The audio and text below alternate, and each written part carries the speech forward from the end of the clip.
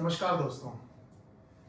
प्रज्ञानम ब्रह्म ऋग्वेद का एक बहुत बड़ा सेंटेंस है। प्रज्ञानम ब्रह्म का मतलब होता है ज्ञान ही ब्रह्म है।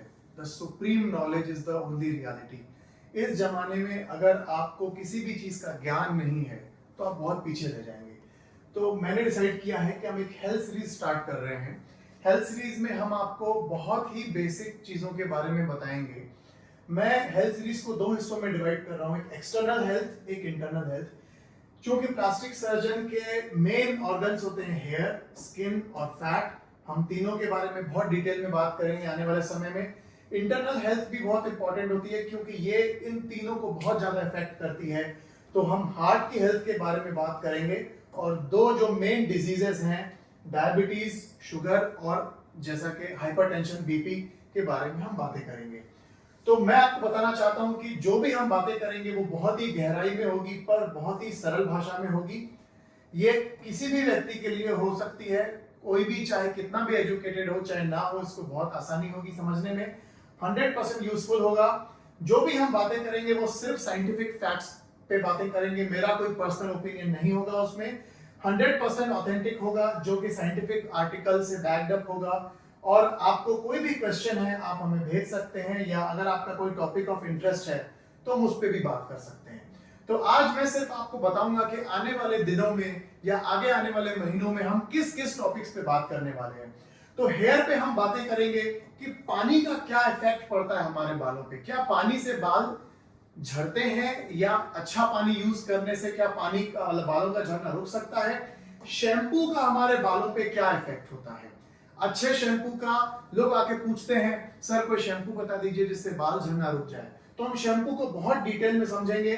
ऑयल का क्या इस्तेमाल होता है, कितने दिनों तक हमको हेयर की मेंटेनेंस की जरूरत पड़ती है, हम इस बारे में बात करेंगे। हेयर ट्रांसप्लांट क्या होता है, और जो जो मॉडर्न ट्रीटमेंट्स हैं हेयर में, हम बहुत ही डिटेल में बातें करेंगे। एक बहुत इंपॉर्टेंट बात, लोग जानते हैं पीआरपी बहुत कॉमन है, जीएफसी कॉमन है। उनका सबसे बड़ा सवाल होता है कि सर अगर आप ये स्कैल्प में इंजेक्ट करेंगे तो बहुत पेनफुल होगा। तो मैं आपको बता दूं, यूएमसीसी एक ऐसी टेक्निक यूज कर रहा है अभी पिछले कुछ दिनों से, जिसमें लिटरली जीरो पेन होगा, मतलब आपको एहसास तक नहीं होगा और हमको कोई एनेस्थीसिया भी नहीं देना पड़ेगा। तो मैं बहुत डिटेल में बात करूंगा। आगे आते हैं स्किन में। स्किन में हम फेस की स्किन के बारे में बात करेंगे, पेट की स्किन के बारे में, और जहां जहां प्रॉब्लम होती है उसके बारे में बात करेंगे। तो हम आगे ये बात करेंगे क्या ऐसी चीजें होती हैं जो फीमेल को अट्रैक्टिव बनाती हैं, फेस के ऐसे कौन से फीचर्स होते हैं। हम बात करेंगे मेल्स के कौन से अट्रैक्टिव फीचर्स होते हैं जो उन्हें अट्रैक्टिव बनाते हैं। हम बात करेंगे मेल और फीमेल के फेस किस तरीके से डिफरेंट होते हैं। हम बातें करेंगे वर्ल्ड वाइड क्यों एक मिडिल एजेड मैन को ही सबसे ज्यादा अट्रैक्टिव माना जाता है। आप देखेंगे जेम्स बॉन्ड के जितने भी किरदार जिन्होंने निभाए, सबकी एज 35 से 40 के अबाउ थी। हम बात करेंगे क्यों कोई ऐसे एंगल्स होते हैं जो बहुत ही सुंदर आपको बनाते हैं, वो क्या ऐसी चीजें होती हैं जो फेस को बहुत अट्रैक्टिव करती हैं। हम बातें करेंगे जब एजिंग होती है तो ये अंडर आई जो पफीनेस होती है वो क्या होती है, इसको कैसे सेटल कर सकते हैं। हम बातें करेंगे नेसोलेबियल फोल्ड क्या होता है। हम बातें करेंगे यहाँ पे जो लाइंस बनती हैं, लाफ लाइंस या मैरियोनेट लाइन बोलते हैं इसे, ये क्या होती है। हम बातें करेंगे ये डबल चिन क्या होता है और इनका कैसे ट्रीटमेंट होता है। हम बातें करेंगे मिलेज्मा के बारे में, जिसे झाइयां कहते हैं। आज मेरी ओपीडी में 100 में से लगभग 40 से 50% पेशेंट इस झाइयों के होते हैं। ये झाइयां क्या होती हैं, कैसे सेटल होंगी, हम इससे बहुत डिटेल बात करेंगे। हम बात करेंगे फेस के शेप के बारे में, कैसे आपके फेस का शेप जो आपकी पर्सनालिटी को चेंज करता है। जिनका चिन बहुत पीछे रहता है वो बियर्ड रखने की कोशिश करते हैं, वो बेसिकली क्या करना चाह रहे हैं हम आप डिटेल में बात करेंगे। बड़े से बड़े स्टार भी इस तरीके की बियर्ड रखने की कोशिश करते हैं, they try to project their chin. हम बातें करेंगे बच्चों की किन गलतियों की वजह से उनके फेस पे बहुत सारे ये गड्ढे पड़ जाते हैं पिंपल्स की वजह से। हम बातें करेंगे जो बहुत सारे स्ट्राई होते हैं, स्किन जो फटने लगती है, स्ट्रेच मार्क्स होते हैं, उसके क्या ट्रीटमेंट्स हैं। लोग सालों साल क्रीम लगाते रहते हैं और वो अपने आप को ये इस बात का दिलासा देते हैं कि वो ठीक हो जाएगा। हम बात करेंगे फेस का शेप अगर गलत है तो बिना सर्जरी के सिर्फ एक जेल यूज करके आप कैसे फेस के शेप को चेंज कर सकते हैं। ये हमने 10 मिनट के अंदर इस फेस को चेंज किया है, इसके नोज को।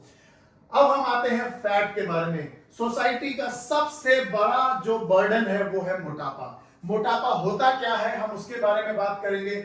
उसके लिए मोटापे को समझने के लिए आपको समझना पड़ेगा हंगर, भूख क्या है, भूख क्यों लगती है, कैसे होती है। शाम के 7 बजते हैं आपको लगता है मुझे कुछ खाना है। 90% टाइम जो भूख होती है वो आपकी जरूरत नहीं होती है, महज एक आदत होती है।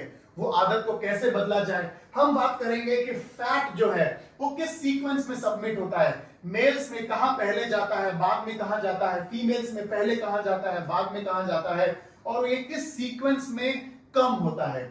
हम बातें करेंगे कौन सी 2 स्पेशलिटीज हैं जो मोटापे को डील करती हैं। प्लास्टिक सर्जरी का क्या रोल है, बेरिएट्रिक सर्जरी का क्या रोल है।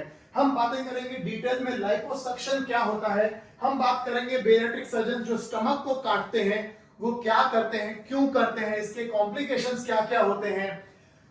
तो देखिए बेसिकली मैं आपको बताऊं 3 कैटेगरी के लोगों के बारे में हम बात करेंगे। वो लोग जिनका वेट 60 से 70 किलो पे है, थोड़ा सा पेट है। हम बातें करेंगे वो लोग जो 120 130 किलो तक के लोग हैं। हम बात करेंगे वो लोग जिनका वजन 200 250 300 किलो होता है। इस तीनों के लिए क्या क्या ऑप्शंस इस दुनिया में अवेलेबल है वो हम मॉडर्न तरीके से बातें करेंगे। हम बातें करेंगे वेट लॉस करने के बाद भी ये जो स्किन लूज पड़ जाती है ये क्यों होती है और उसको कैसे सेटल किया जा सकता है।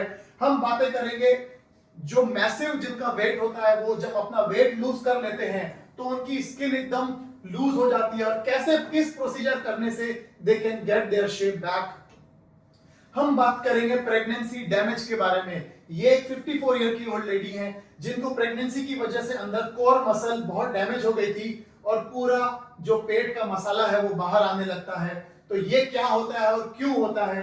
हम बात करेंगे जो बहुत सारी फीमेल्स के ये आर्म्स में जो एक्स्ट्रा स्किन लटकने लगती है, यू डिजर्व दिस शेप, और वो कैसे जस्ट माइनर प्रोसीजर से आप यहां तक पहुंच सकते हैं।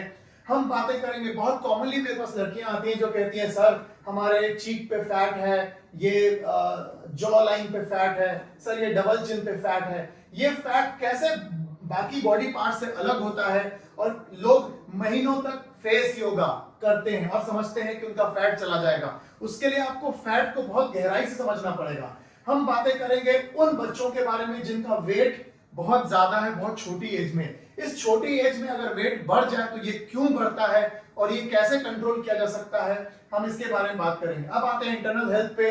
आप सब देख रहे हैं पिछले कई महीनों में बहुत छोटे एज में लोगों की डेथ हो जा रही है and the most important cause is the heart. Heart को समझना बहुत जरूरी है। इसके लिए हमारी जो main mother of all disease जिसको बोलते हैं डायबिटीज, शुगर, जो हर चीज का कारण है, हम डिटेल में बात करेंगे कि ये क्या होता है।